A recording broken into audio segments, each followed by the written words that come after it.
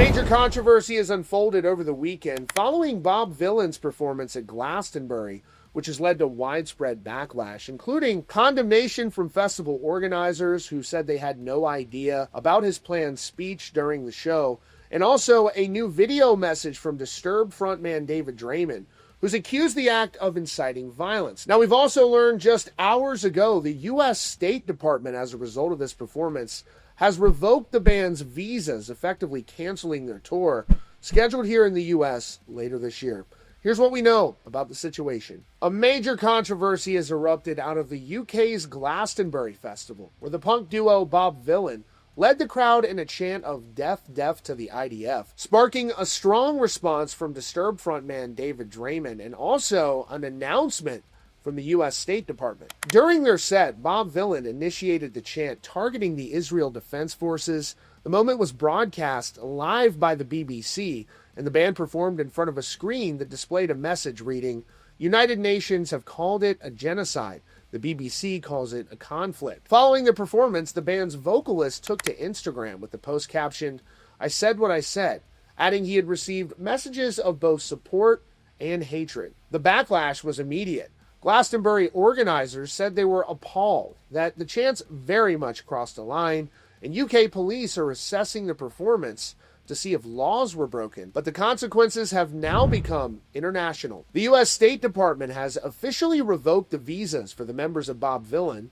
The group was scheduled to begin a tour in the U.S. in late October. In a post on X, Deputy Secretary of State Christopher Landau confirmed the decision, saying, "The State Department has revoked the U.S. visas for members of the Bob Vylan band in light of their hateful tirade at Glastonbury, including leading the crowd in death chants.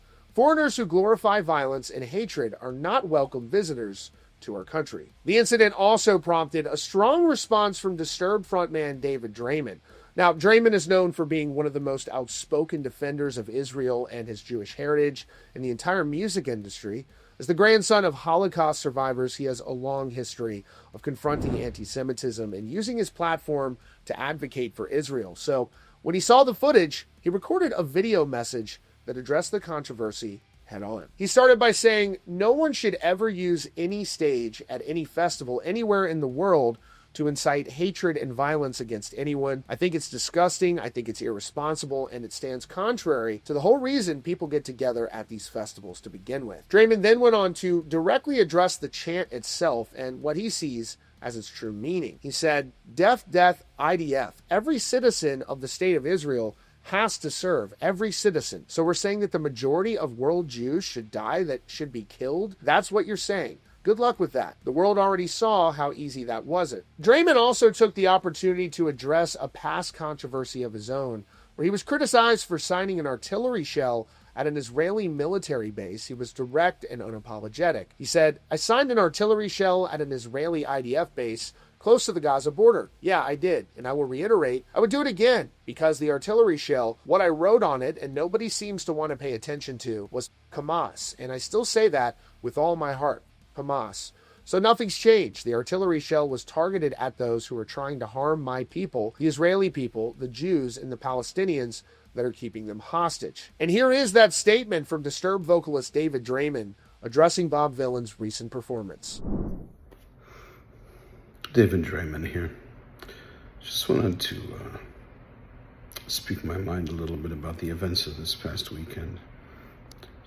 No one should ever use any stage at any festival anywhere in the world to incite hatred and violence against anyone. I think it's disgusting. I think it's irresponsible. And stands contrary to the whole reason people get together at these festivals to begin with. Angered and furious about it, but more importantly, just from a human perspective, what exactly do you really think you're going to achieve here? You know, death, death, IDF. Every citizen of the state of Israel has to serve. Every citizen. So you're saying that the majority of world Jews should die, should be killed. That's what you're saying. Good luck with that. Iran saw how easy that wasn't. So,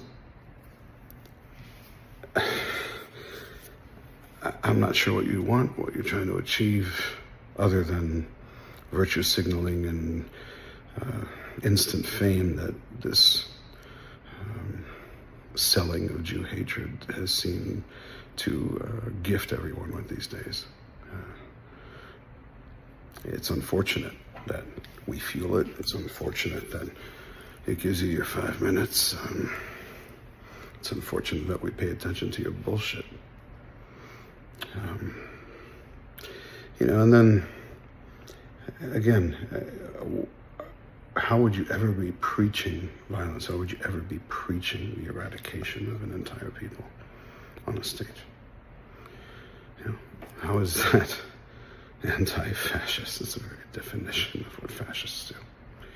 It's disgusting. Anyway, the other side of this equation that everybody loves to keep trying to point out when I make any kind of comment about it is that I signed an artillery shell at a Israeli IDF base close to the Gaza border. Yeah, I did. And I will reiterate, I would do it again because the artillery shell, what I wrote on it, and nobody seems to want to pay attention to, was Hamas. And I still say that with all my heart. Hamas. So,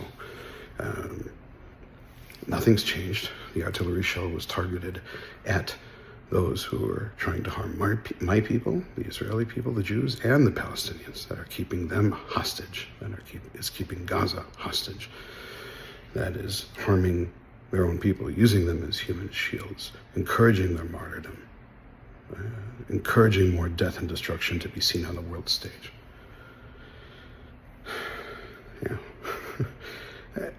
No one is going to get anywhere preaching more death and destruction of innocence for anyone on any side. Hamas is not innocent. And the very notion that I sign an artillery shell and all of a sudden that it has to be targeting children is absolutely ridiculous. It's interesting that in one of the Twitter feeds, somebody actually decided to ask Grok, what they thought about the whole claim. So I'm going to show it to you and read it to you. So, blood libel is a false anti-Semitic claim that Jews murder non-Jews, especially children, for ritual purposes historically used to incite violence. The Post, alleging bombs signed by David Draiman kill children, lacks evidence linking those bombs to such acts. It doesn't fit traditional blood libel as it omits ritual murder, but its unverified claim of deliberate child targeting is inflammatory and potentially anti-Semitic. Civilian casualties, including children, are documented in the Gaza conflict, but specific accusations need proof. The Post risks perpetuating harmful tropes, though it doesn't call for violence. So basically, even Grok thinks you're full of shit. Okay? No one wants dead children, dead innocents of any kind. No one.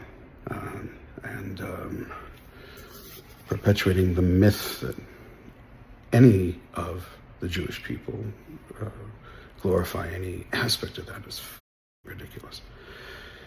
I don't even know what to say to people like this anymore, other than the path you're on won't solve anything.